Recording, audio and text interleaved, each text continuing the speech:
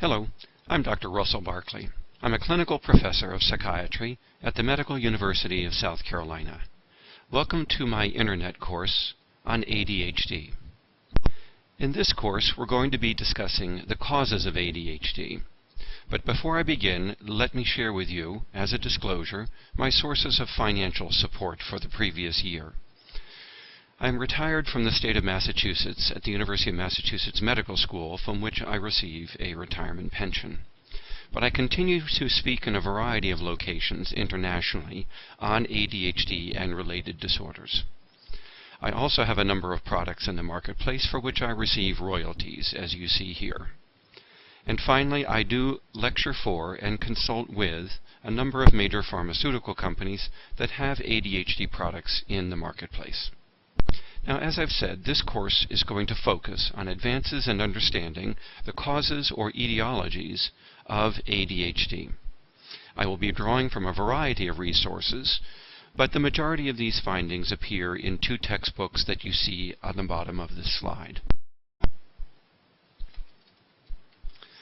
There are a variety of popular etiologies, but these have not been proven to be the case in ADHD. For instance, the lay public often believes that ADHD is a result of excessive viewing of television or excessive playing of video or internet games. Now, there were a number of studies initially that appeared to find a correlation between the amount of television a child watched in early childhood and their current and later symptoms of ADHD. Nevertheless, these correlations were quite small and accounted for only about 2 to 5% of shared variance in ADHD symptoms. Subsequent studies were not actually able to replicate these findings, even when they analyzed the same data sets. So it remains open to question whether there is any association between TV viewing, internet gaming, or ADHD. Even so, studies such as my own, which have followed ADHD children into adulthood, do find that people with ADHD gravitate more toward the use of television, video games, or internet games, not to mention more recent cell phone technologies, in order to fill their leisure time. But the direction of causality in these relationships has not been proven, and most likely it appears that the use of technologies such as television and video games for entertainment is a result of having ADHD, and not the result or not a cause of ADHD. Moreover, some studies have found that parents are more likely to use these visual media in order to entertain their difficult ADHD child and buy time so that they might be able to do other activities within the family. And so any association of ADHD with video viewing or TV viewing or game playing and so forth appears to be just that, an association. And most likely this association arises as a consequence of having ADHD and the need for more stimulation than other people, rather than as a cause of ADHD. Also popular in the public mind is that ADHD might arise from food additives or flavorings, or preservatives used to extend the shelf life of packaged products in the marketplace. Some studies initially did show a small relationship between the extent of food additives in a child's diet and the degree of behavior problems that they had. But subsequent studies showed that only about 5% of ADHD children showed any exacerbation of symptoms when intentionally exposed to increased doses of these additives or preservatives. Most of these children were in the preschool years, and many studies found no such relationship once a child reached at least 6 years of age and older. There are other studies that did show a small amount of increase in hyperactivity specifically in normal children that had been exposed to high rates of consumption of food additives. But these findings have not been consistent, and they were not found in children who had been specifically diagnosed as having ADHD. Most recently, in 2011, a large study conducted in the Netherlands has received a great deal of interest in the American media. This study did find an improvement in ADHD symptoms in about 50% of children who were placed on relatively extreme elimination diets. But the study did not use a blinded methodology in which parents were blind to the diets that the children were being exposed to. We do know from previous studies that parents are likely to bias their ratings of a child's hyperactivity if they know when a child is being exposed to diets that have higher rates or higher amounts of these food additives, colorings, or preservatives. And so it's not clear that the exacerbation of behavior in these cases was in fact the result of the diet or of parents being aware of what their child was consuming. Nevertheless, the Food and Drug Administration has announced that it will establish a committee that will review the evidence for whether or not food additives contribute to or exacerbate behavior problems in children, and specifically it will explore any relationship between these chemicals and ADHD symptoms. We look forward to the results of this committee. But for the time being, it appears that the bulk of the evidence suggests that food additives are not a cause of ADHD, though they may exacerbate ADHD symptoms and other behavior problems in a small percentage of children, primarily young children, and that as children grow older, the effects of these food additives may not be so apparent. Another popular idea in the marketplace, or at least in the trade media, is that sugar consumption may contribute to ADHD. This hypothesis has been explored extensively, and research done back in the 1980s specifically showed that sugar did not have a detrimental effect on children's behavior. Instead, what it found that it was parental expectations about the effects of sugar on behavior that resulted in parents increasing their ratings of hyperactive symptoms when they were asked to report about their children's behavior. In a classic study done by Richard Mileage and his colleagues at the University of Kentucky, parents who thought their children were sugar sensitive were brought into a study, and in this study, half of these parents were assigned to a condition in which they were told that the child was going to be given sugar, but the child was not. They were given aspartame. In the second condition, parents were told that their child was not going to be given sugar, but the child actually was given sugar. There were other conditions in which these expectations were reversed as well.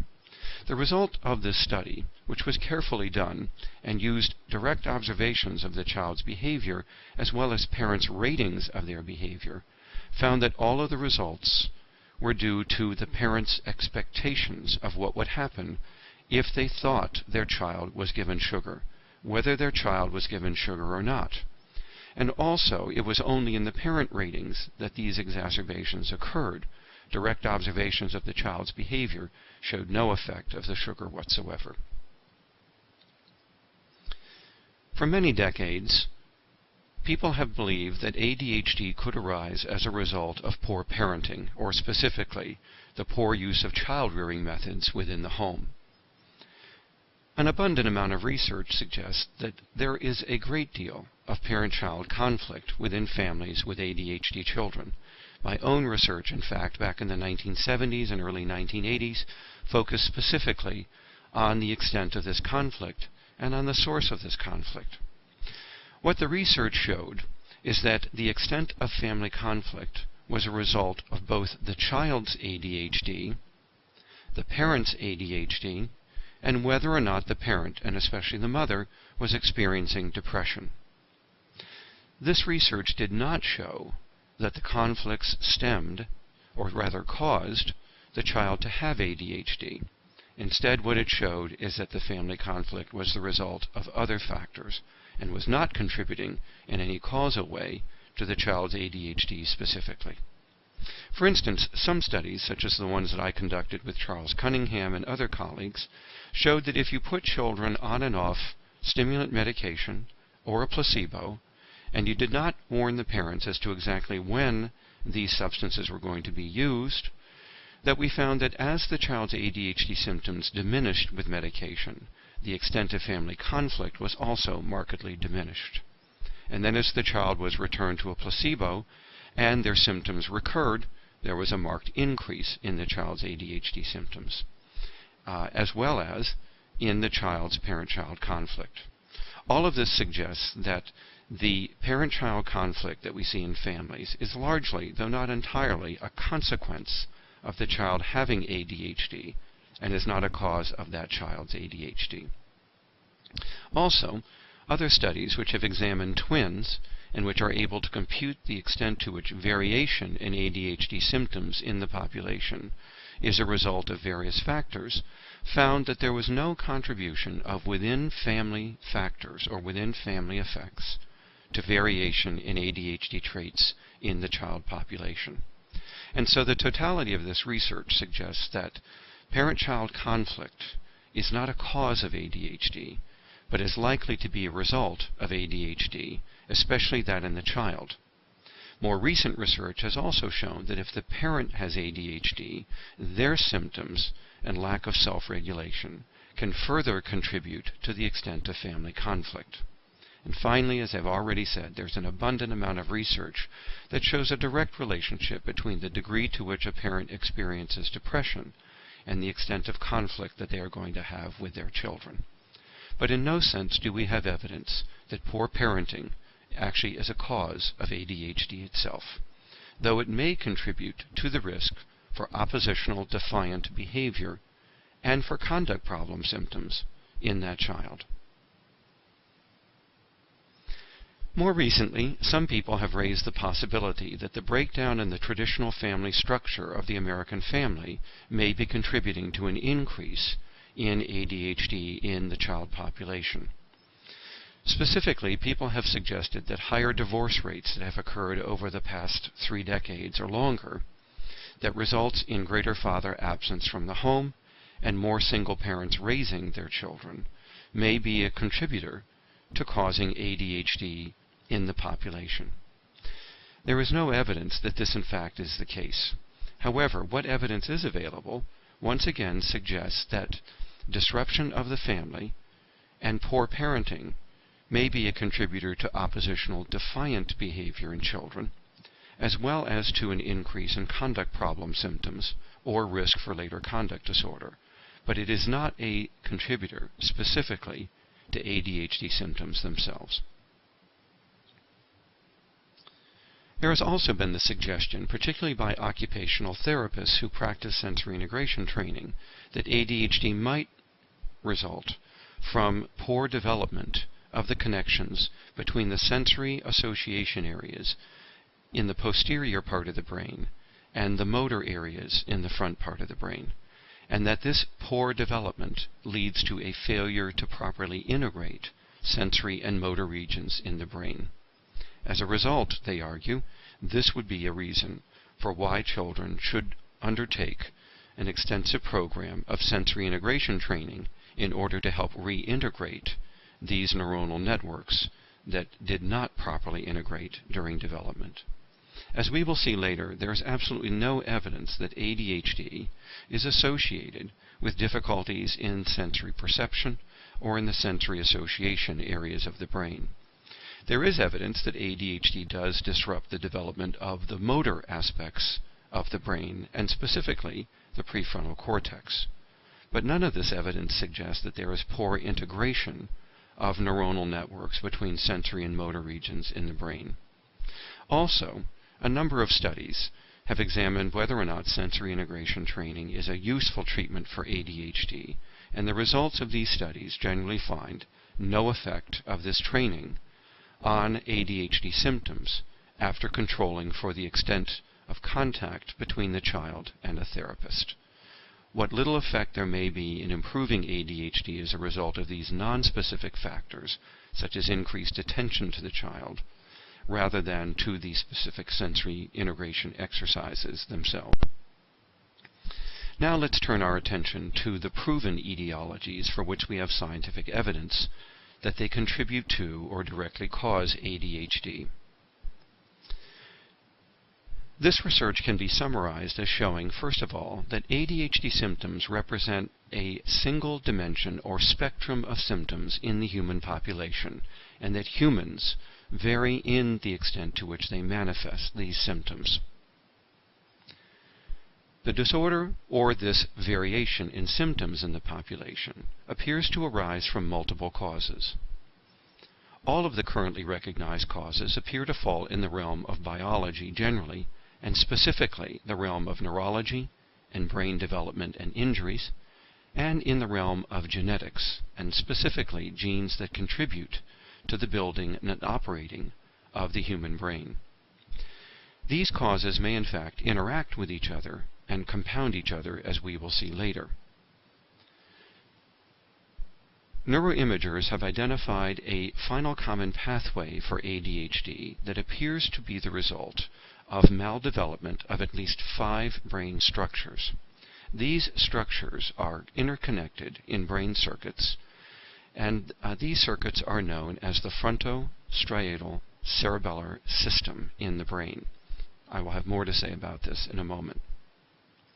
Variation in cases of ADHD appears to be the result of variation to the degree in which these various structures and their circuits have been disrupted by the disorder. In other words, symptom variation seems to be a direct result of variation in the degree to which there is maldevelopment in these ADHD brain circuits.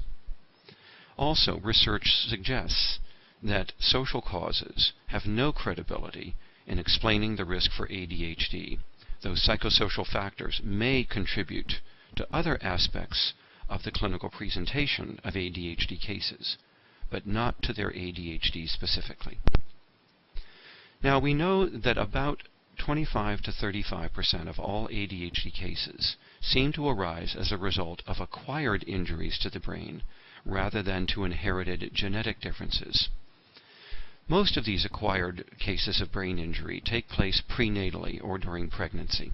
And one of the most common causes or factors associated with increased risk for ADHD is maternal smoking of tobacco during pregnancy, which appears to result in a 2.5-fold increase in the odds that the offspring of this pregnancy will develop ADHD. A second neurotoxin that mothers may consume during pregnancy is alcohol, and this has also been shown to increase the risk of ADHD in the offspring by about 2.5 times that of the general population. While there appears to be no safe level of alcohol consumption that a mother can consume as far as ADHD risk, some studies suggest that if mothers smoke less than 10 cigarettes a day, there is no elevation in risk for ADHD in the offspring. But if they consume more than this, in other words, more than a half a pack of cigarettes per day, the risk does begin to increase. Nonetheless, this has all led to recommendations to mothers to reduce or eliminate their consumption of tobacco or alcohol during their pregnancies because of the reliable risk that these toxins have in association with increased risk for ADHD in these offspring. A third factor reliably associated with ADHD is prematurity of birth, particularly prematurity that is early enough to result in the admission of the baby to a newborn neonatal intensive care unit. Studies of neonatal or of premature neonates indicate that it is those babies that have minor bleeding into the brain, particularly in the parenchymal region of the brain, that is the risk factor for ADHD. In other words, prematurity alone may not be the factor, but it may be the extent to which such premature birth may be associated with brain hemorrhaging that increases the risk for ADHD. Studies in New York, for instance, found that babies that had such prematurity with hemorrhaging had a 45% chance of developing ADHD before 3 to 5 years of age. We also know from a number of studies that simply the total number of pregnancy complications may increase the risk for ADHD in the offspring of those pregnancies. And there is one recent study that suggests that the degree of maternal obesity prior to becoming pregnant may also be a risk factor for ADHD. Now, it is not clear in this study whether it is the obesity itself that is the risk factor. That's possible. For instance, we know that maternal obesity may be associated with a risk for diabetes during the pregnancy itself, and such diabetes may have an adverse effect on brain development in the child. On the other hand, we also know that women with ADHD have an increased risk for being obese and for having eating disorders, particularly bulimia or the impulse eating disorder. And therefore, the effect here may not be so much of that of obesity on risk for ADHD, but the mother's own ADHD that is producing the risk for ADHD in her offspring. In other words, this may simply be a reflection of the already recognized genetic risk in families for ADHD, and the mother's obesity may simply be a marker that she has ADHD as well. The reason for the question mark here, then, is that this association is not well understood, nor is there much evidence supporting it at this time. And so whenever you see a question mark on my slides, that indicates that the evidence is simply not definitive enough for us to have confidence in this conclusion. Another association has been found in research in Syracuse that shows that high rates of phenylalanine in the maternal bloodstream during pregnancy may increase the risk for ADHD in the offspring of that pregnancy. Here again, there is not enough research to draw definitive conclusions, but it is well known that phenylalanine is a toxin to the developing brain, and in fact is the underlying problem in phenylketonuria, which is the genetic disorder in which children are not able to break down and eliminate phenylalanine in their diet, in their bloodstream, and therefore the phenylalanine accumulates and produces toxic effects on the child's brain.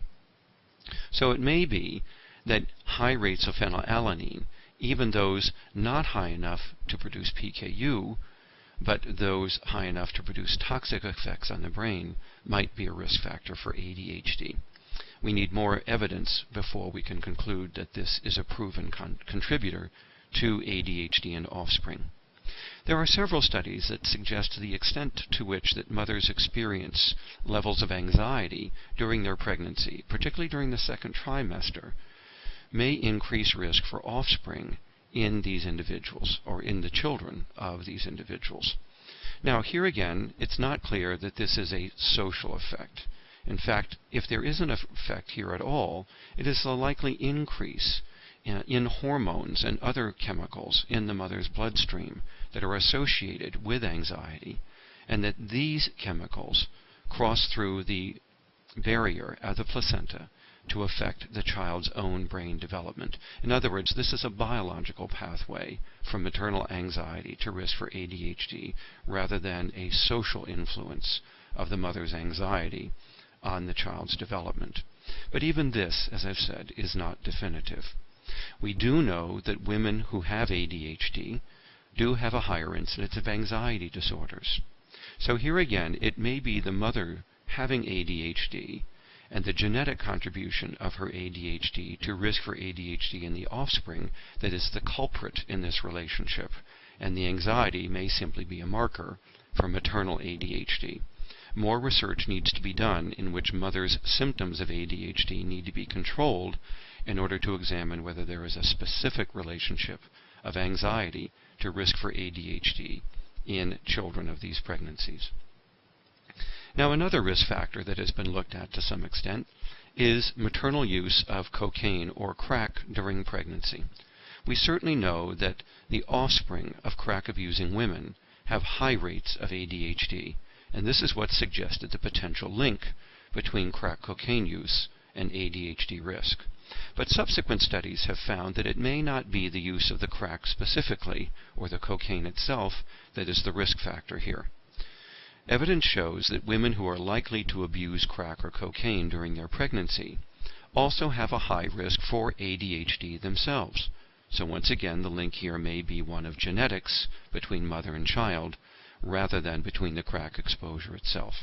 We also know that women who use these drugs during pregnancy are likely to have babies that are premature, and that these women are also more likely to smoke tobacco and to use alcohol. In other words, they are polydrug abusers and not specifically crack or cocaine abusers.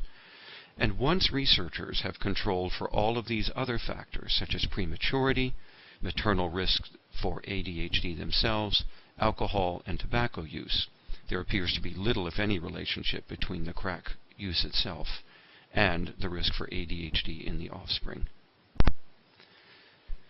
Now, some children do develop ADHD after birth. It appears to be a small percentage of children, usually below 10%, and most often falling in the range of about 3 to 7%. And the factors that the child has been exposed to after birth that are likely to cause this acquired form of ADHD are things such as closed head injury or trauma, brain hypoxia, such as respiratory distress during the delivery or following the delivery, or children who may have suffered near drownings and been resuscitated, but had some significant degree of brain hypoxia as a result of the drowning, or smoke inhalation, such as in house fires. We also know that children who have tumors, particularly those in the frontal lobes, or children who have had brain infections, again, especially those which concentrate in the frontal lobes, may develop ADHD as a consequence of these infections. For instance, in the early part of the 20th century, that is, in the early 1900s, waves of infection, particularly meningitis, as a result of influenza in the United States, led to a number of children suffering behavioral problems, and particularly ADHD symptoms, as a result of being exposed to these infections. Now, we know that children who have seizures, particularly high rates of febrile seizures, may have an increased risk of having ADHD as well. And it's not so much whether or not these seizures are causing the ADHD, but that there is some underlying brain disorder or brain injury that is giving rise to both the seizures themselves and to the ADHD symptoms. There are a number of studies that suggested that there was a link between early exposure or consumption of lead that led to lead poisoning in children and risk for ADHD symptoms in the children who consumed such lead paint. This exposure appears to be necessary to occur during the first 3 years in order for this causal link to occur. In other words, it is primarily in the preschool age group where lead consumption may produce an increased risk for ADHD in children who consume lead, particularly lead paint, though some lead exposure can take place as a result of lead elsewhere in the environment, especially lead that used to be involved in the manufacture of gasoline. But that degree of lead exposure has been reduced markedly as a result of moving to lead-free gasoline. Nevertheless, lead does show a small but significant link to ADHD, particularly if the lead exposure has occurred during the first 3 years of life. Now, some research suggests that a child who may have been exposed to streptococcal bacterial infection may be at increased risk for developing ADHD. We used to think that this risk was related to a risk for Tourette's syndrome, but research, particularly by Bradley Peterson in New York City, has shown that it's also a risk factor for ADHD. Now, the mechanism here appears to be that when the strep infection invades the body, the immune system has a very difficult time identifying the strep infection from nerve cells in the basal ganglia of the brain. And that is because both the strep bacteria and these nerve cells in the brain have a coating of protein on their surfaces that is very similar, if not identical. And this appears to trick the immune system into attacking the nerves in the basal ganglia as if they were the bacterial infection itself. And this often leads to damage to these nerve cells. Often this damage can be visible on neuroimaging scans that show scarring, specifically of the basal ganglia. And this scarring is related to an increased risk for ADHD symptoms. We also know that postnatal exposure to phenylalanine in the child's diet may be linked with increased risk for ADHD symptoms in that child. Now, you heard me mention on the previous slide that the mother's level of phenylalanine in her bloodstream was a risk factor. But research also shows that the child's level of phenylalanine in their bloodstream after they're born may also be related to the severity of their ADHD. And you see here that it simply depends on when the exposure occurred as to whether the risk is for greater hyperactive symptoms or greater inattention symptoms. Finally, we also know that children who develop acute lymphoblastic leukemia, or ALL, and who are treated for their leukemia, often using chemotherapy and sometimes radiation, do have an increased risk for ADHD symptoms as a consequence of being exposed to these treatments. In other words, it's not the leukemia that increases the risk, but the treatments being used to try to put the leukemia into remission that appear to be causing damage to the brain and increasing the risk for ADHD symptoms. Recent studies suggest that it is an increase in inattention more than in hyperactive impulsive symptoms, and that this is associated with symptoms of sluggish cognitive tempo, which is a type of inattention I discussed in my first course on this website on the subtypes of ADHD. That may be the link here. In other words, the treatments for leukemia may result in increased symptoms of SCT rather than ADHD. Now, the type of inattention seen in SCT, as I mentioned in my other course, are daydreaming, staring, spaciness, mental fogginess, confusion, slow processing of information, lethargy, tiredness, and hypoactivity. So it appears to be more of a link to SCT than to ADHD that we are seeing here. Now, there have been a number of brain imaging studies, both structural neuroimaging and functional neuroimaging, that have identified the brain structures that are linked to ADHD, and there are at least 5 such brain structures. These areas of the brain appear to be smaller by about 3 to 10% or more in their size.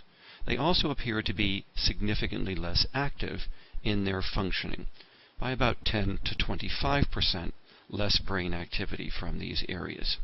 So we see a pattern of underdevelopment and underfunctioning in the brains of individuals with ADHD. The specific areas that are linked to ADHD are the orbital frontal cortex, that is just behind the forehead, and mainly on the right side of the brain rather than the left, suggesting that ADHD may arise from maldevelopment more in the right hemisphere of the human brain. There is also evidence that the basal ganglia, located more in the central part of the brain, is smaller in individuals with ADHD, and specifically a part of the basal ganglia known as the striatum. The front of the striatum is known as the caudate nucleus, and this is especially smaller in individuals with ADHD. But this makes sense because the front part of the striatum is where nerve cells in the frontal cortex project back to connect to the striatum, and so if the right frontal lobe is smaller, it makes sense that the basal ganglia to which it's connected is also likely to be smaller.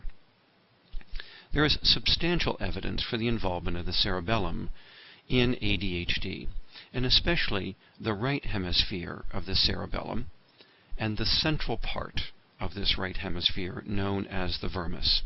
Multiple studies show an association between this area of the cerebellum and ADHD symptoms.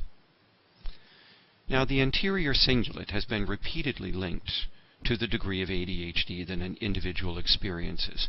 The anterior cingulate is located in the prefrontal cortex, specifically at the midline of the cortex, in the valley between the 2 hemispheres, on the interior surfaces of these walls. We will talk more about the role of the anterior cingulate in the regulation of emotion and in conflict situations. But for now, let's just say that the anterior cingulate is reliably associated with difficulties in ADHD.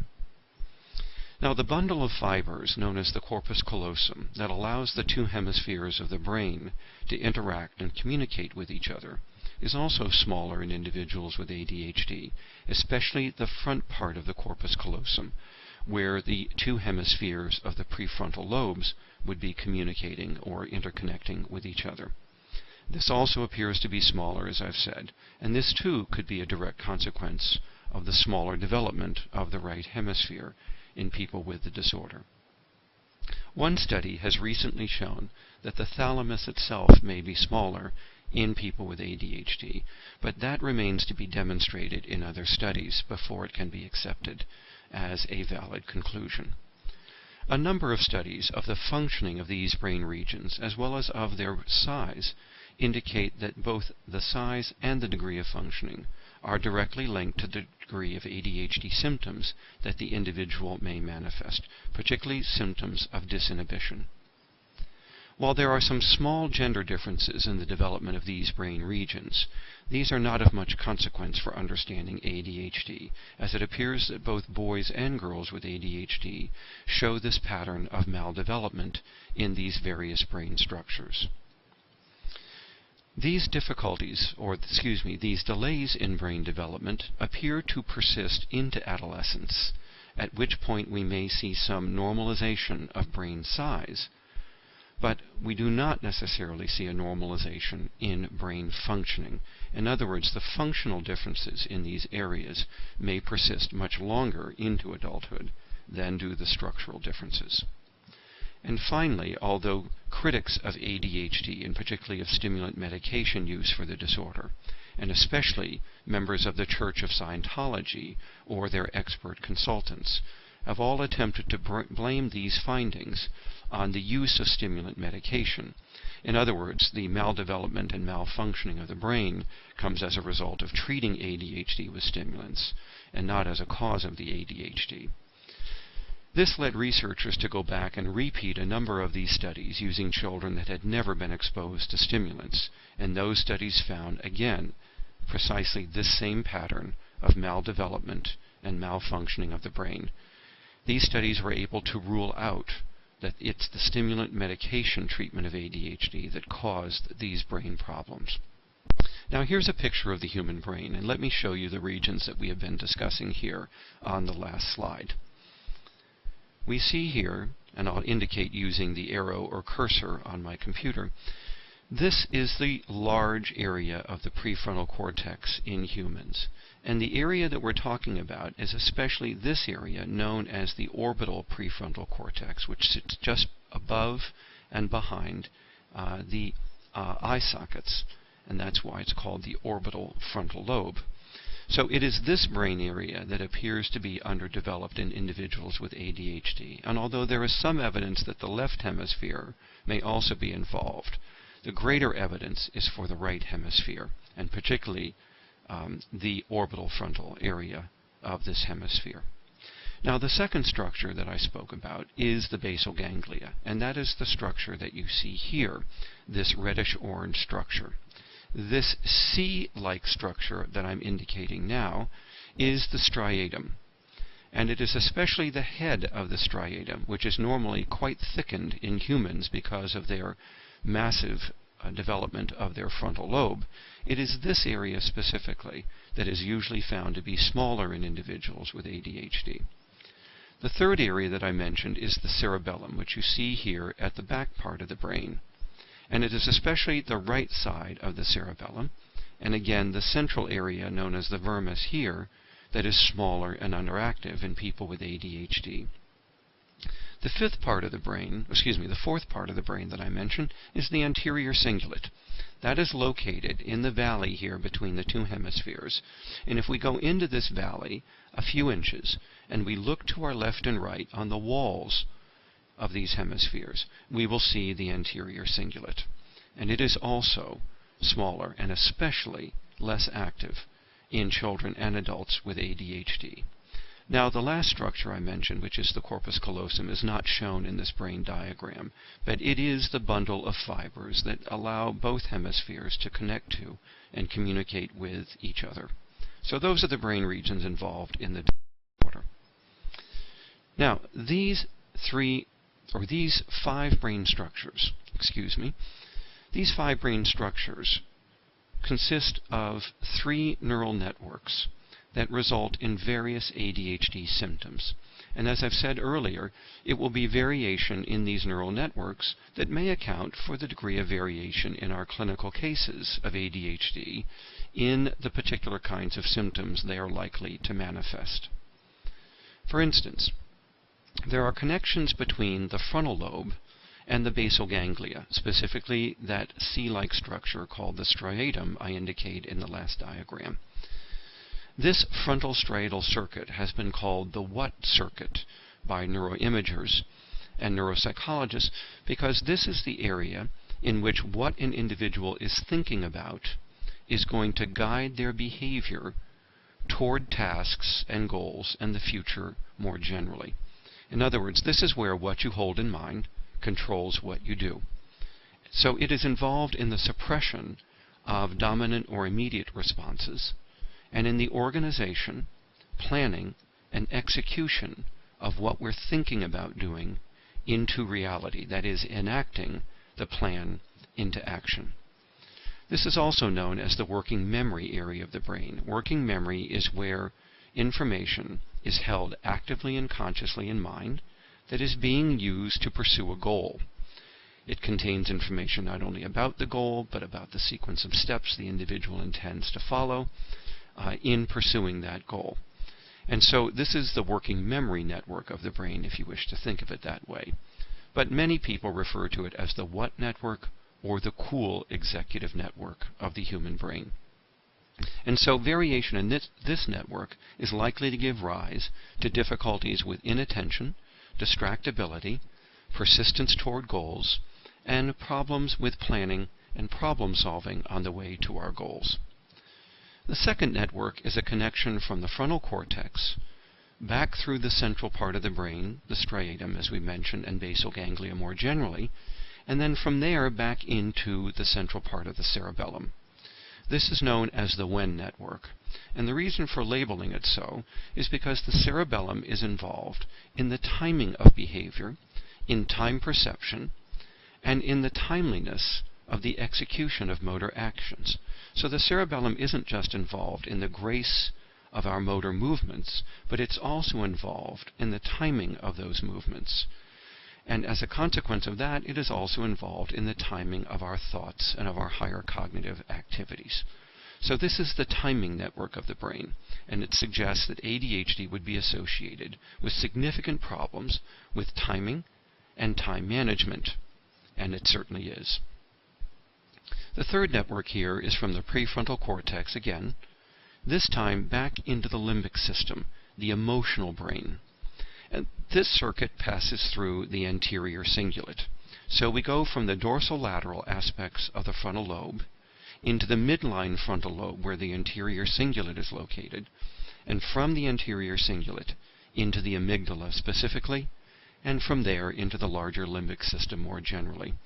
And as you know, these are the structures that are involved in emotion generally and aggression specifically that are involved in ADHD.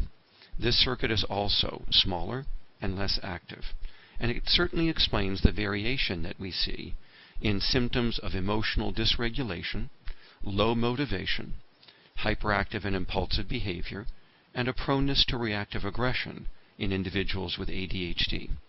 It's no surprise that this is sometimes referred to by scientists as the hot executive circuit, because it is the circuit that links thoughts to feelings and the ability to self-regulate those feelings to be more socially appropriate and more consistent with one's goals and well-being. Now, recent studies in neuroimaging, both in structural and functional neuroimaging, have shown that ADHD probably comprises a family phenotype. That is, we know that the disorder is genetic, and therefore we should expect to see variation in ADHD symptoms among the extended family members, or the immediate family members, of cases of ADHD, and that in fact has been found to be the case. Studies have shown that not only do ADHD children show underdevelopment of the right frontal cortex and of the anterior cingulate and the basal ganglia, but so do other members of their family, such as their parents and siblings. This diagram shows a study that was done by Beth Casey in 2007 that did neuroimaging, functional neuroimaging, of the parents of ADHD children and of the ADHD offspring. And here you see that she found 3 areas that are involved in ADHD were apparent in these parents, even though the parents themselves may not have manifested the full level of symptoms of the disorder. So that we see variation in symptoms, perhaps of a smaller degree in parents and siblings, and variation in brain development consistent with ADHD. Now, by the way, when neuroimaging is done, the images themselves are reversed. So, although you see the circles here on the left side of the diagram, this actually represents the right frontal lobe, and vice versa. So, on a neuroimage, left is right, and right is left. And you see here the involvement of the right orbital frontal lobe, the anterior cingulate at the midline, and the basal ganglia, particularly more on the right side. So this shows that family members show a similar pattern of problems with brain development and show some symptoms of ADHD more than the general population. And that is true even if the individuals do not have the full disorder that is diagnosable. Now, some studies at the University of California at Los Angeles suggest that the critical structure that may determine whether an individual manifests full ADHD or simply shows some minor variation in phenotypic symptoms is the cerebellum at the back part of the brain. They found that only cases that had the diagnosis of ADHD appeared to show the maldevelopment and underfunctioning of the cerebellum. That family members that did not have ADHD did not show problems in the cerebellum. A very interesting finding because it hints at the possibility that the cerebellum may be the most crucial structure in determining whether the phenotype penetrates to a degree that results in fear of ADHD. Here's another way of representing what I've just said. Let's use the iceberg metaphor. Here we see that there is full disorder, and we recognize this as the DSM-4 diagnosable condition of ADHD. And we see in families that this is a relatively small proportion of family members. But if we look outward at immediate and extended family members, we see a spectrum of ADHD symptoms that represents a much wider or a much larger population of individuals who may not have the full disorder, but who show some variation in the phenotypic expression of the ADHD symptoms. And if we look even further, we may see a larger percentage of family members who show mild symptoms, not enough to be diagnosed, or perhaps not enough even to be recognized as symptoms at all, but simply as variations in personality. And these individuals may be well-functioning family members who appear to be have an ADHD personality, but do not have symptoms that occur often, and certainly do not have fully diagnosed ADHD. So this is a very nice way of, I think, understanding the expression of the phenotype of ADHD in the human population generally, and particularly in individuals and their family members who may carry a diagnosis of ADHD. Now here is a very interesting and very important study that was published by Philip Shaw and his colleagues. And this was done both between scientists in the U.S. And in Canada, and it was published in 2007. This is the first study to repeatedly neuroimage ADHD in control children over nearly a decade of their development. So it's a serial, repeated neuroimaging study of brain development, a very important study. And as a result of repeating these neuroimaging studies across development, they were able to compute the various areas of the brain that were not developing on schedule. That is, that were not developing as they should be in comparison to the control group that was studied here. Now here you see various colors in the brain. These colors, as you see at the bottom of the diagram, are related to the degree of delay in the thickening of the cortex in the brain. Now here you see the right hemisphere, and you can see that it's predominantly the frontal lobe that is underdeveloped in these individuals, although there is some interesting underdevelopment in the posterior visual part of the brain and in the visual association areas with the temporal and parietal lobes. This is also seen in the left hemisphere. So although other neuroimaging studies suggested it was mainly the right hemisphere that was involved in ADHD, this study shows that both the left and right frontal lobes are less developed. Here again we also see some underdevelopment in the posterior visual association areas. Now this is a top-down view of the human brain that we see here, and it shows the very same pattern that we saw in these two diagrams on the left. That there is underdevelopment of the frontal lobes both in the left and right, perhaps slightly greater in the right side, and there is underdevelopment in the visual association cortex at the back part of the brain. Now, let me just take a moment and explain why this might be the case, because it was a rather surprising finding to see that the visual association areas might be involved in ADHD. We now know that nonverbal working memory is involved in ADHD, and although the nonverbal working memory system is mainly in the right part of the brain, it also involves connections from here back to the back part of the brain, because nonverbal working memory is simply another term for the human capacity for visual imagery. That is, the ability to activate consciously images in mind that we are going to use to guide behavior toward goals and for planning for the future. So this helps us to understand why the visual association cortex might be delayed in ADHD, and that is because there is substantial evidence for underdevelopment of the nonverbal working memory system. And nonverbal working memory involves, to a large extent, visual imagery. Now, this is simply a graph comparing the control group in red with the ADHD group in blue, showing the development of the entire brain, and especially of the prefrontal cortex. And you can see here that the blue line is delayed in the maturation, in the thickening of the cortex. And here you see age along the bottom. And what this shows is that the brains of normal children are developing and thickening earlier than are the brains of individuals with ADHD. This is about a 2 to 3 year lag in brain development between these two. But the graphs also suggest that there is a normalizing in the size of the brain in individuals with ADHD by early to mid-adolescence, so that at least in this study there was no further deficits in comparison to the normal population.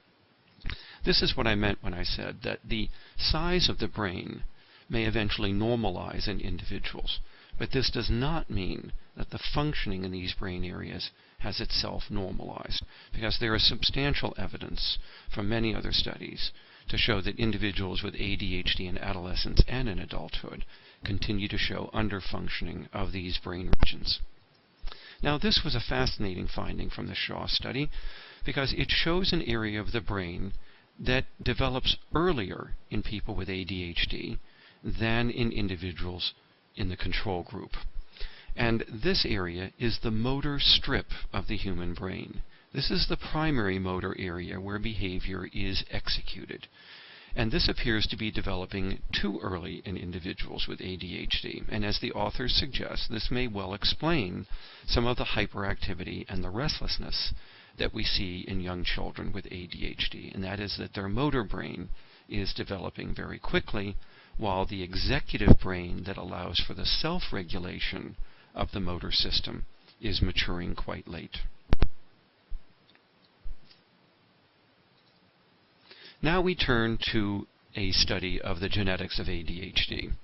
We have known for many decades that ADHD runs in families, going back to studies by Morrison and others in Iowa and by Dennis Cantwell in California, that were the first to show that children with ADHD often had parents with a variety of psychiatric disorders, but particularly manifesting ADHD symptoms. Many studies have been done since that time, and they indicate that ADHD certainly does congregate or aggregate in families. By that I mean that if there is an ADHD child in the family, there is an increased likelihood that other immediate family members are likely to show the disorder. And we see that here, where instead of showing the normal prevalence of 5 to 7% risk, siblings of people with ADHD have about a 5 to 7 times greater likelihood of having ADHD themselves. This risk is also considerably greater, at least 8 to 10 times greater, if the individual has an identical twin. So if one twin has the disorder and they are identical twins, there is a high probability that the other twin will also be diagnosed with ADHD. What you see here is known as a genetic pyramiding of risk, which is to say that the closer two individuals are genetically related to each other, if one has ADHD, there is an increasing likelihood that the other will have it as their genetic relationship increases.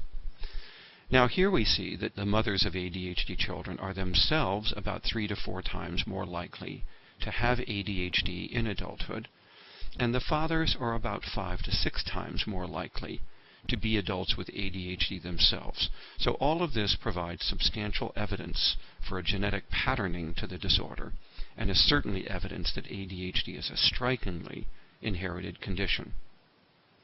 Several studies have more recently shown that if the parent has ADHD, the risk to the offspring varies between 20 and 54%, with the majority of studies placing this risk between 40 and 54%.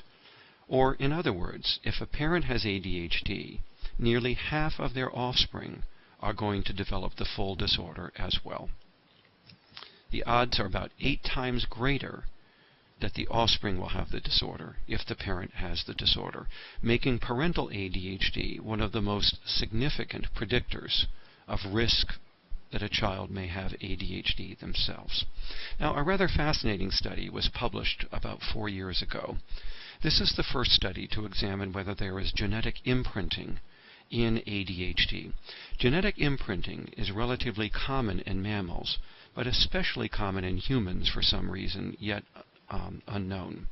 Genetic imprinting is where genes are passed down from parent to child, but a methylated flag or little chemical marker is placed on the gene depending upon which parent contributes that gene.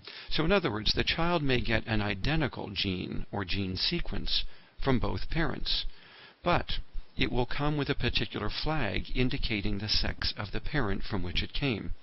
Now, most mammals strip off these methylated flags before they pass their genes on to create their offspring. But for some reason, certain mammals, such as humans, leave more of these flags on their genes.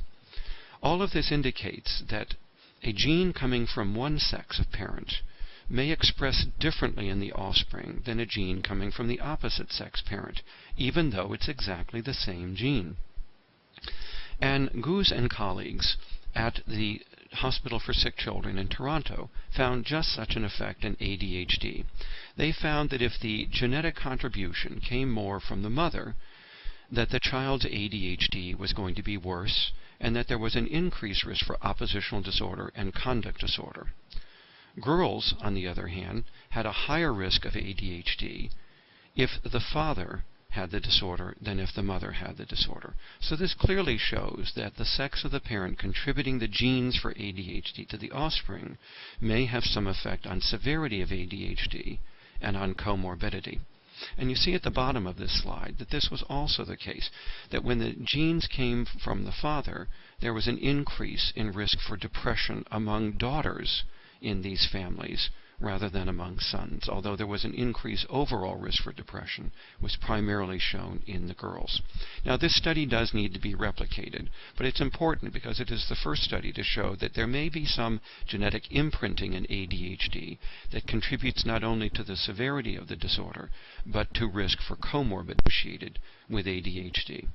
Now, another means of demonstrating genetic influences on the ADHD trait is through twin studies.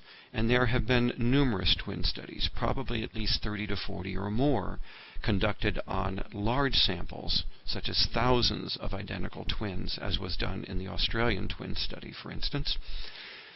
And these studies are able to focus on ADHD traits, and using various statistical or mathematical formulas, they can compute the degree to which the trait is a result of variation in genes, variation in factors that occur within families, known as within-family or common variants, and variation in the traits that is due to unique events that individuals may experience that are not shared with their siblings or other family members.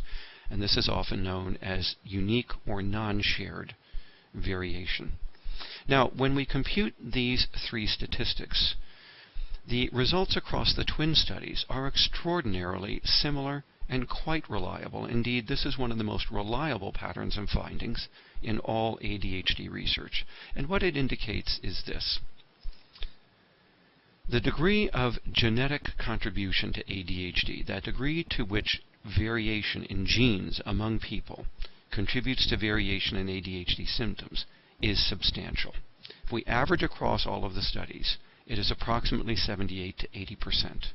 And if we look at some of the most recent studies that used specifically DSM criteria for measuring the symptoms, the degree of genetic contribution is 91 to 95%.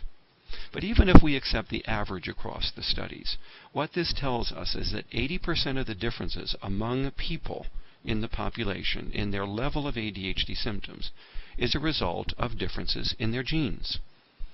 Now, to put this in perspective, consider that the genetic contribution to human intelligence is about 75% in children, is about 50% in children and rises to about 70% in adults. So the contribution to ADHD is greater than that to human intelligence. We know that the genetic contribution to depression and anxiety is about 40 to 50%, to human personality about 40 to 50%, to conduct disorder about 20 to 30%, and falling to zero if the conduct disorder arises in late adolescence or adulthood. The genetic contribution to human height, by the way, is about 85 to 92%. So notice that the degree to which genes contribute to ADHD is just shy of the degree to which genes contribute to variation in human height. This makes ADHD one of the most genetically influenced psychiatric disorders currently known. It is rivaled only by the genetic contribution to bipolar disorder and to autism, which show a somewhat similar rate of genetic contribution. Now, these twin studies also computed the degree to which within-family effects contributed to variation in the trait, known as shared variance, and it found in most studies no contribution whatsoever. And even the few studies that found such a contribution had it below about 6%. So this tells us that there is little, if any, contribution of what is going on in families that all siblings have in common growing up. They live in the same house, they grow up in the same neighborhoods as their siblings, they're exposed to the same parents and usually to the same types of parenting, they're exposed to the same diets, they're exposed to the same school systems, for instance, and other factors. So anything that siblings may have in common, we can now conclude makes no significant contribution to variation in ADHD symptoms. Finally, these twin studies show that unique events, that is, events that happen only to the affected individual and not to others in the family, that these events may contribute to variation in ADHD symptoms.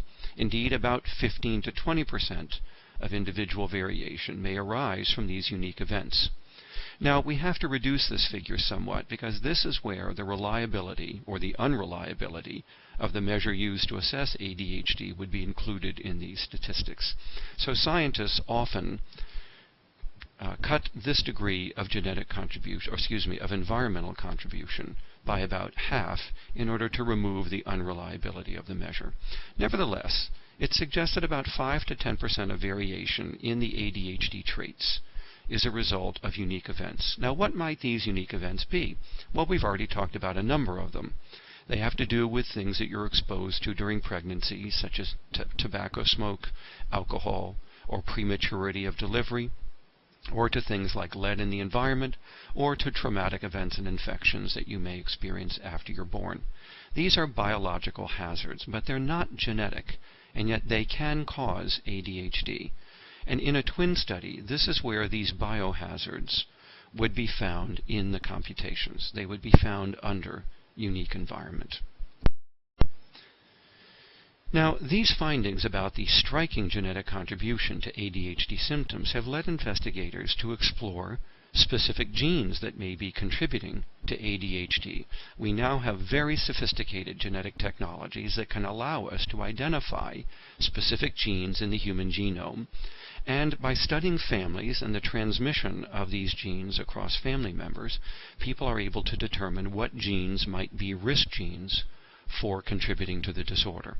Now, initially, scientists looked at genes that were related to dopamine expression in the human brain. And that is because many of the treatments, many of the drugs specifically that are used to treat ADHD result directly or indirectly in an increase in dopamine in the human brain. And so it made sense to look for genes that regulated dopamine because of these substantial treatment effects. One of the first genes that was located was the dopamine regulating gene. This is the dopamine receptor gene, known as DRD4, and that is because there are 5 types of dopamine receptors in the human brain, and this is type 4. What these scientists found is that the length of this gene, that is the number of repeats of the gene along the human chromosome, was related to risk for ADHD. The greater the number of repeats, particularly repeats above 7, the greater the likelihood that the individual would manifest ADHD symptoms. Now, this gene is also known to regulate the sensitivity of dopamine nerve cells in the brain to dopamine when it is expressed by a nerve cell and the dopamine crosses the synapse. It binds to the receptor on the opposite nerve cell. And this gene appears to determine the amount of receptors and the sensitivity of those receptors at that postsynaptic membrane. So variation in this gene determines sensitivity to dopamine reception, and therefore may determine the degree of ADHD symptoms. A very interesting finding indeed. Now, the second gene that was identified is the dopamine transporter gene, known as DAT1. Here again, like the DRD4 gene, DAT1 gene is a gene that varies in the number of copies that people have, that is, in the length of the gene. So all of these genes are known as repeater genes because humans don't just have one copy on a chromosome. They may have multiple copies sitting next to each other. And here again we find that the more copies, or the longer the gene happens to be, the greater is the risk for ADHD. Now, this gene is believed to result in the building and operation of the dopamine transporter system on the nerve cell. Now, these transporters are the little pumps that sit on the side of nerve cells and that produce a reuptake or a vacuuming up of the dopamine from the synapse after the dopamine has been expressed. And the longer the gene, the more transporters may be built or may be operating in various parts of the human brain. Now, this function of the gene is not well understood, so I don't mean to say that this is a definitive understanding, but it certainly is the belief at the moment that the DAT1 gene is involved in the building and operating of the dopamine transport system in the brain, and that people who have longer copies, that is, more copies of the gene, may have more ADHD symptoms, and may also be more or less sensitive to methylphenidate. So it may turn out that variation in this gene is predictive of the degree to which an individual might be responsive to methylphenidate as a treatment for ADHD. Methylphenidate is the drug that goes under such trade names as Ritalin, Concerta, Metadate, Focalin, and so on. Also, some studies suggest that this gene may interact with exposure to alcohol during pregnancy to further increase the risk for ADHD. I'll talk about this risk later.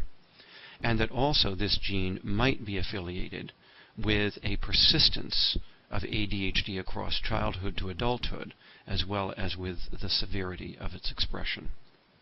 Now, that's a rather interesting finding because it shows clearly how a gene may link up with ADHD symptoms and ADHD persistence, and also may explain why one of the drugs used to treat ADHD works, and that is because methylphenidate is known to block the transporter so that it can't produce a reuptake of dopamine quite as quickly. And by blocking the transporter, more dopamine is left outside the nerve cell to produce its effects.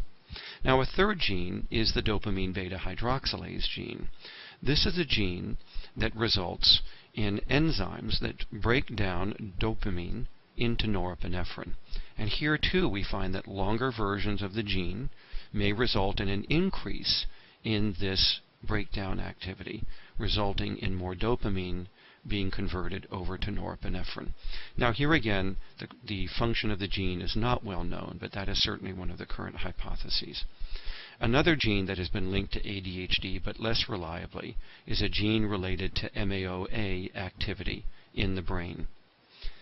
There is also a gene that is related to the G protein receptor in the amygdala, the caudate, and the cerebellum, and to some extent in the human cortex.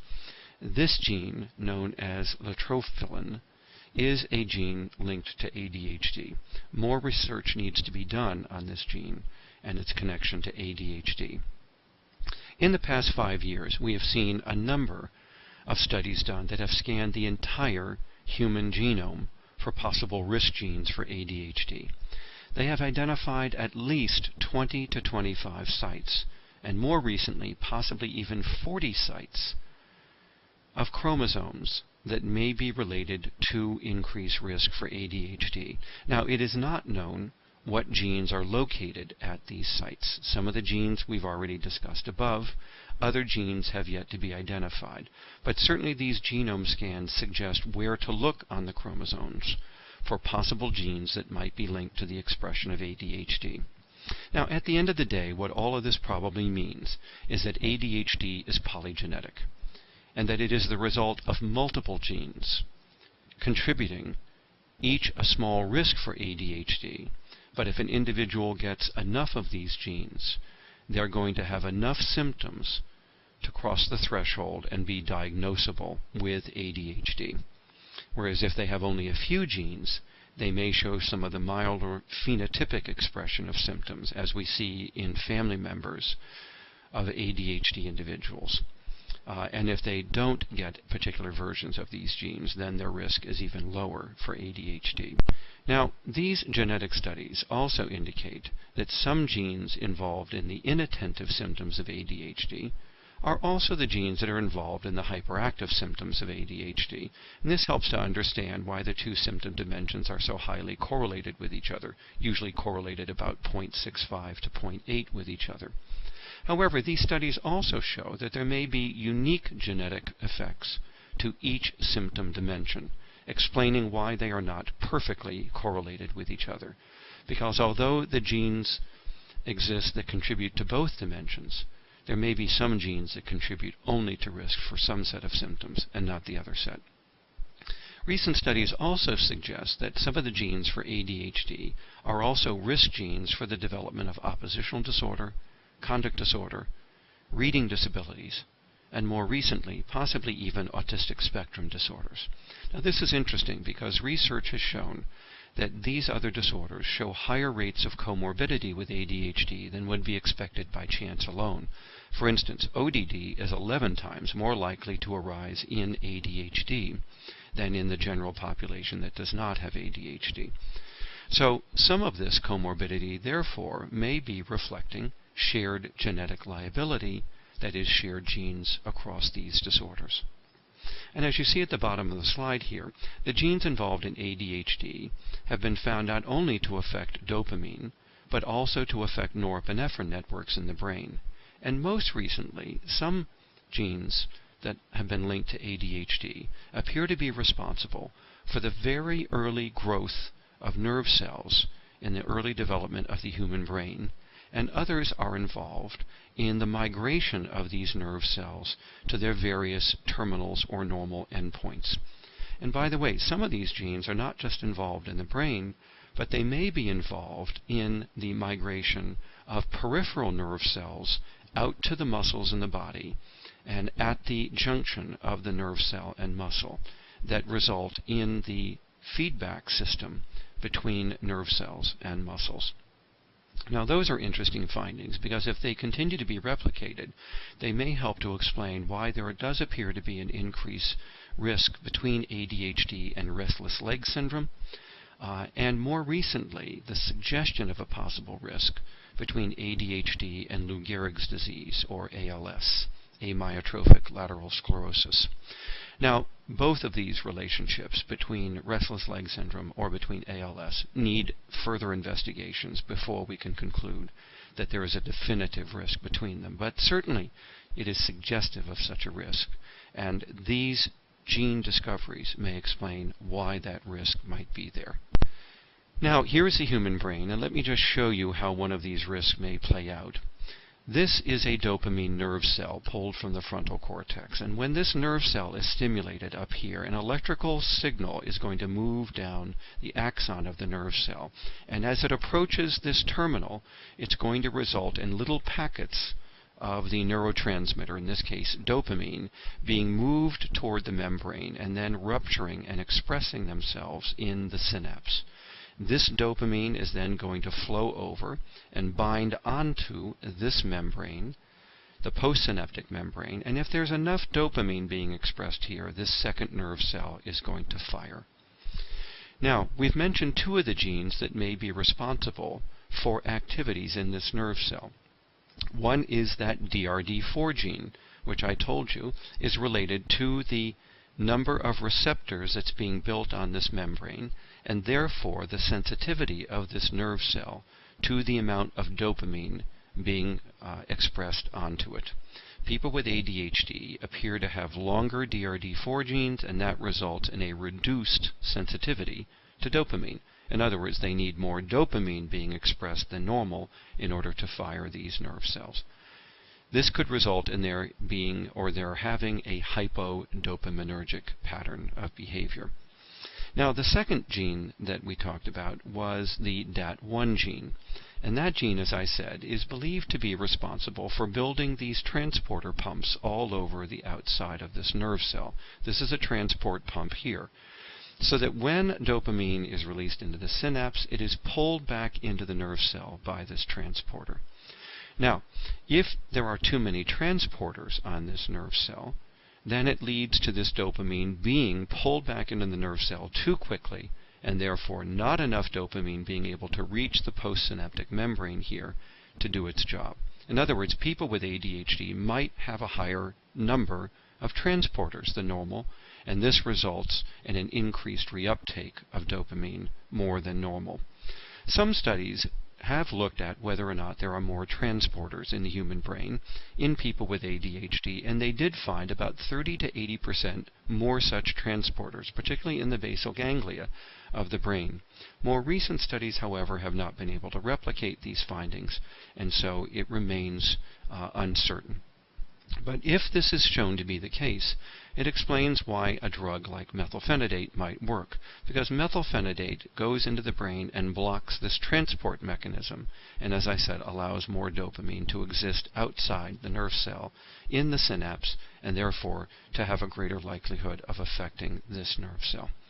And also may explain why drugs like the amphetamines, such as are used in Adderall and Vyvanse and Benzedrine, may be so effective for ADHD, because we know that the amphetamines are likely to increase the production and expression of dopamine into the nerve cell, and perhaps to a small extent may block the transport mechanism. So we have a link, therefore, between genes, ADHD symptoms, and ADHD responsiveness to medications used to treat ADHD. Now, as I said, we do have some evidence to suggest that there is an interaction between risk genes for ADHD and exposure to environmental toxins such as alcohol and tobacco. In other words, if a child possesses certain risk genes for ADHD, it may be that they're even more sensitive than other people to being exposed to these toxins, and having these toxins further increase their risk for ADHD. And that, in fact, has been found to be the case now in several studies. This is the classic study, one of the initial studies done by the late Richard Todd, published in 2007. And in this study, they were able to genotype the children for the DAT1 gene, as I've mentioned, and for the DRD4 gene. Both of them are risk genes for ADHD. And here, if you see a plus, it indicates that the individual did have that risk gene, or the minus indicates that they didn't. Now, along this first line here, you see the indication of whether or not this mother smoked during this child's pregnancy, an N for no and a Y for yes. And if you look across here, for instance, look here, you see that whether or not the mother smoked, no or yes, does increase the risk for ADHD. If she smoked, the risk goes up. But it also shows that if if the child had the gene for ADHD, that the risk was even higher than if the child did not have the risk gene for ADHD. And here you see whether or not the child had the DRD4 gene. Same relationship. Smoking does increase the risk for ADHD. You see that difference here. But if the mother smoked and the child had the DRD4 gene, that risk was even greater. And you see the odds ratio here. Now look over here. This is whether the child had both genes and whether the mother smoked. And if they did, the risk was even greater, 9 times greater, than had either of these risks existed alone. So this clearly shows that maternal smoking does increase risk for ADHD, but it also interacts with whether or not the child possesses an ADHD risk gene to further increase the risk for ADHD if those genes are present. In other words, this is clear evidence of a gene by neurotoxin interaction in the environment. This has also been found for alcohol exposure as well. Now, what can we expect in the future from advances in genetics of ADHD? Because genetics of ADHD, particularly molecular genetics, is probably the fastest moving area of our science right now. More articles are being published on this topic than on virtually any other aspect of ADHD research. So it's moving along very quickly. It is the hope of many individuals doing research in this area that eventually clinicians may be able to do genetic testing to help aid or support the diagnosis of ADHD. That would be wonderful, and it would be possible to do such genetic testing, not necessarily using blood, although that certainly would be possible, but using a less intrusive procedure in which individuals simply take a Q-tip and swab it along the inside surface of the cheek and are able to get cells off the cheek. Sometimes this can even be done simply using saliva in the mouth. And then these cells are spun out of the saliva, and then they are genotyped for ADHD risk genes. So it's possible that sometime in the future we might have a non-invasive genetic test to see what genes an ADHD an individual possesses, whether they possess the ADHD risk genes. And this might tell us the version or the variation of ADHD they are likely to have. That would be very nice. The second thing it might help us to do is to subtype ADHD into more homogeneous subtypes in order to identify differences in qualitative features across ADHD. That hasn't been done yet, but one can certainly imagine that individuals, for instance, who have ADHD related to, let's say, the DRD4 gene, may have a somewhat different pattern of their symptoms than individuals whose ADHD may arise from the DAT1 gene or its combination with other genes. So genetic subtyping might be possible. A third possibility is that some of these genes may identify risk for later comorbid disorders. As we've already said, some of these genes predict risk for oppositional disorder, conduct disorder, reading disability, autistic spectrum disorder, and my own research, which has been replicated by others, shows that some of these genes are also risk genes for nicotine dependence and abuse, particularly the DAT1 gene. So it may be that by genotyping our patients, we can begin to get a better understanding of their future risks for other disorders. Some of the genes have also been linked to future risk for impairment. For instance, in one study we found some of these risk genes were related to accidents or crashes while driving a motor vehicle. Now that study needs to be replicated, but it may be that some of the impairments from ADHD, besides smoking, may also be linked to these risk genes for ADHD. Now, as you see on this slide, there may be gene by gene or gene by environment interactions. We've already talked about one gene by environment interaction on the previous slide, and that was the interaction of risk genes with toxins that the child was exposed to, such that the interaction produces a greater risk than would be evident had either risk alone been present. And we may well see this happening in gene by gene interactions. For instance, if you get 2 or 3 risk genes for ADHD, they might well interact with each other to result in an even more marked increase in ADHD than either gene alone. This may increase risk for disorder. It may predict drug response and side effects, and such gene-by-gene or gene-by-toxin interactions may well predict response to psychosocial treatments. For instance, there now have been several studies that show that one of the dopamine genes related to ADHD also results in variation in how sensitive a child is to reinforcement or to other consequences being taught to parents during behavioral parent training. In other words, genetic variation in ADHD might well be contributing to variation in an individual's response to psychosocial treatments like behavior modification, and not just to variation in medical management of ADHD or medications, such as variation in response to methylphenidate or atomoxetine.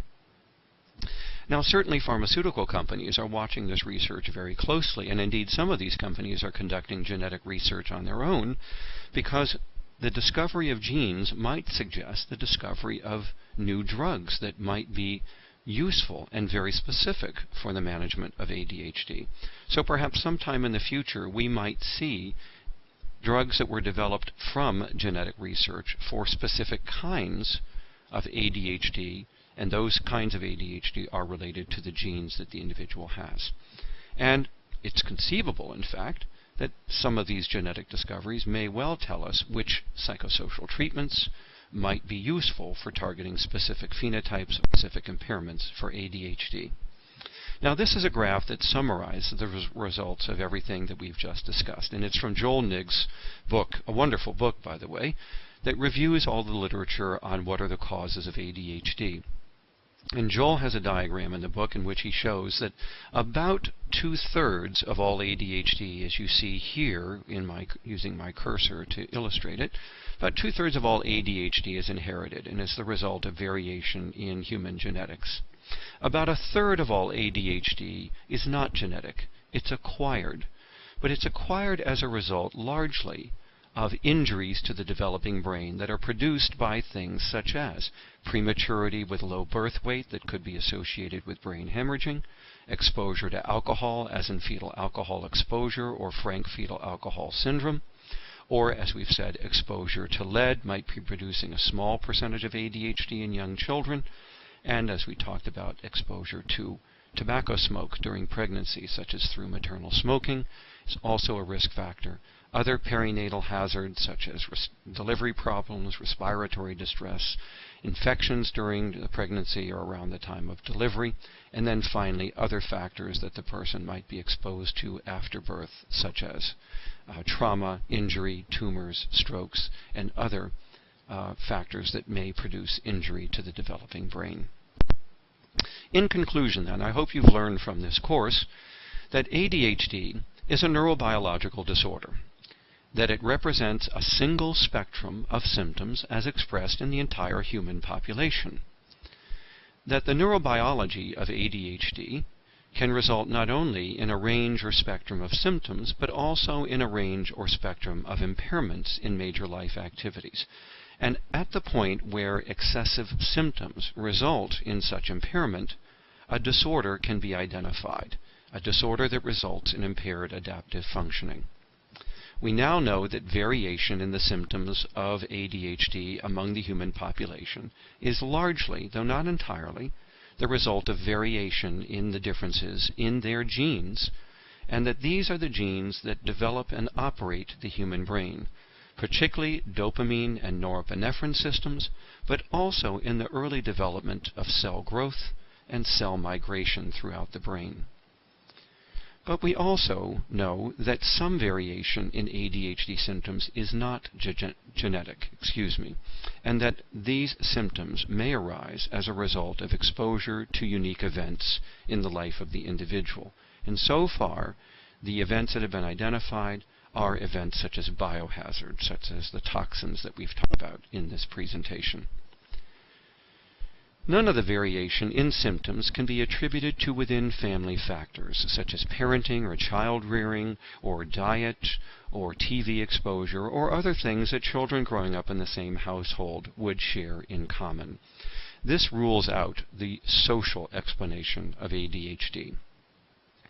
In other words, most cases of ADHD are inherited, probably probably about 2/3 of ADHD, and Some cases of ADHD are acquired, usually due to exposure to biohazards during pregnancy or after delivery, and this is about a third of all cases. The role of the psychosocial environment in ADHD is therefore not a causal role in producing ADHD. However, there is evidence both in these studies and in others that you can review in my other course on this website related to life course outcomes. There is evidence that the psychosocial environment does play a role, first of all, in determining the risk that the individual has for developing a second and third disorder, such as oppositional disorder, conduct disorder, anxiety, and depression. We do know that there is some social contribution to risk for having those disorders. We also know that the psychosocial environment directly determines how impaired you will be from your symptoms. Changing environments can reduce the degree of impairment that a symptom produces, even if it doesn't necessarily produce an alteration in the symptoms themselves. Such things as behavior modification or making structural accommodations for the ADHD individual in school or in the home environment may reduce the impairment produced by the ADHD in major life activities. Also, we know that where you live, the environment you live in, is directly related to the types and degree of professional resources that are available to you. So access to care and to treatment is certainly related to psychosocial factors. So I want you to understand that we are not saying that the social environment has no role to play in ADHD. What I am saying is that at this point it appears that it plays no role in the primary etiology of the disorder, but it does play an important role in such things as comorbidity, risk of impairment, and access to resources and to treatment. Thank you for taking this course. I hope you've enjoyed it and that you've learned something about the etiologies of ADHD. I invite you to take other courses that I have prepared on ADHD on this website, and you can explore those at your convenience. More courses will be uploaded to the website over the spring and summer of 2011. I also invite you to visit my publisher's website, Guilford.com, to learn more about my latest products related to ADHD, such as my publication this year, 2011, of my new rating scales for assessing adult ADHD, for assessing executive functioning, and for assessing psychosocial or functional impairment. All of these are adult rating scales. Hopefully in the near future, I will be able to develop the equivalent child behavior rating scales as well. And I also have a number of books in the marketplace for ADHD that might be of interest to you. Here are just a few of my more recent publications. So please visit my publisher at Guilford.com for more information about these products. Thank you and good day.